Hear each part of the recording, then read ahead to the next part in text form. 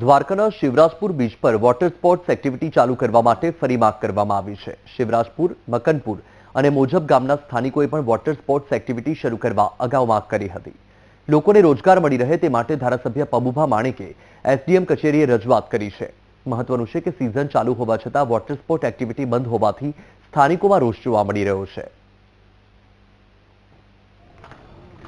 Shivrajpur beach ની કામગીરી લગભગ 7-8 વર્ષથી ચાલુ થઈ ગઈ છે અને 3-4 વર્ષ થયા આ બધું જેટલી અત્યારે એક્ટિવિટી છે એ ચાલુ હતી, પરંતુ એક એક્સિડન્ટ થયા પછી સરકારે આ નોંધ લીધી કે બધી જગ્યાએ પ્રોસેસ કરવાનું કે લાયસન્સ કે આ કે તે બધું પણ, અને શિવરાજપુર બીચ છે જે એ ખરેખર આખા ઓખા મંડળની રોજીરોટી છે, માત્ર શિવરાજપુર બ્રિજ એટલા માટે નથી ને સીધી